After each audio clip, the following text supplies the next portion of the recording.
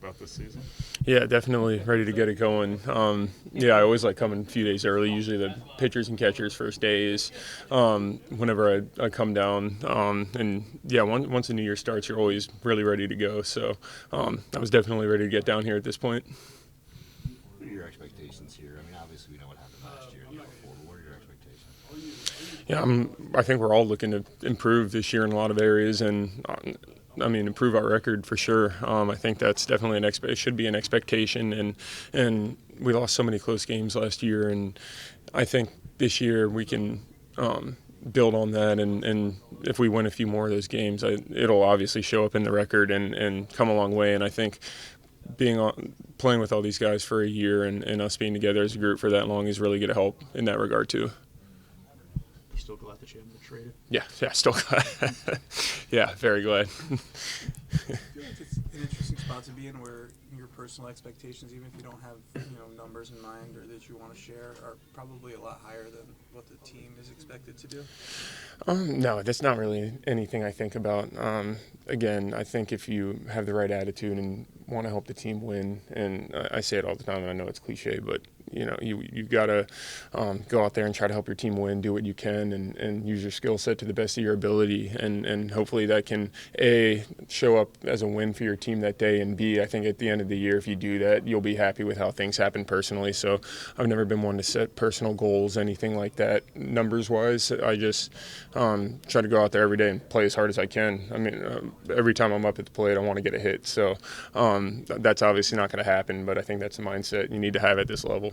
Trey, there are a lot of prospects in camp this year, especially on the pitching side, guys you've probably heard about for the last year or so, but haven't really seen. Are you excited to get eyes on them and to just, for whatever that means for the future? Yeah, I'm really excited. I think we've done a really good job drafting last year, and a couple years before we got some really good arms coming up. So I saw what they all did on the farm last year, so I'm excited to see them in person.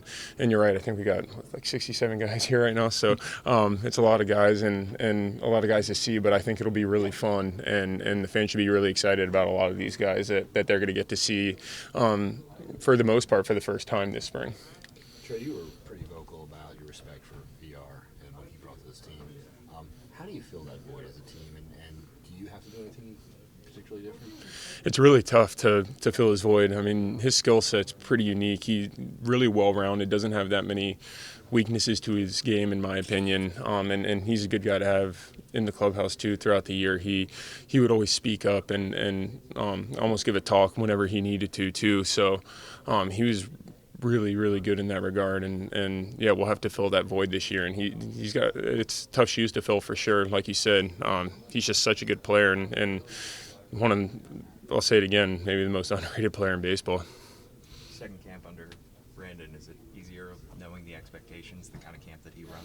Yeah, it's always nice when you have a little familiarity. Yeah, it was interesting last year just coming in with a new regime and not knowing what to expect after having 3 spring trainings under my belt, and then having new people come in, and you don't really start over, but there's a lot of new things thrown at you. So there's definitely a little more comfortability factor, I'd say, like this year, knowing what to expect and being able to help guys out too. Trey, at the end of last year, you and Brandon both spoke about tapping into your power a little bit more this year, whether that's approach-based or swing-based. Is that still a goal of yours? Definitely, and it's mostly approach-based. I didn't do too much with my swing, but I think it's just your mindset up at the plate and setting your sights a little higher almost. A lot of times I'd always try to hit a line drive over the second baseman's head, and now I just kind of raise it a little more to, whether you have your eye on the batter's eye or something like that. I think that helps, and your approach at the plate really dictates a lot of the things that show up in advanced statistics.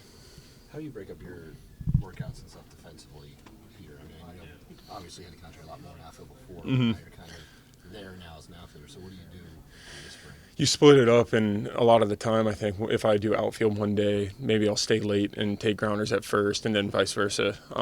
So yeah, I pretty much have to do double defensively if I, it's the part of my game I want to improve the most. So you kind of have to work double in that regard if you play 2 positions. So that's what I'm planning to do down here.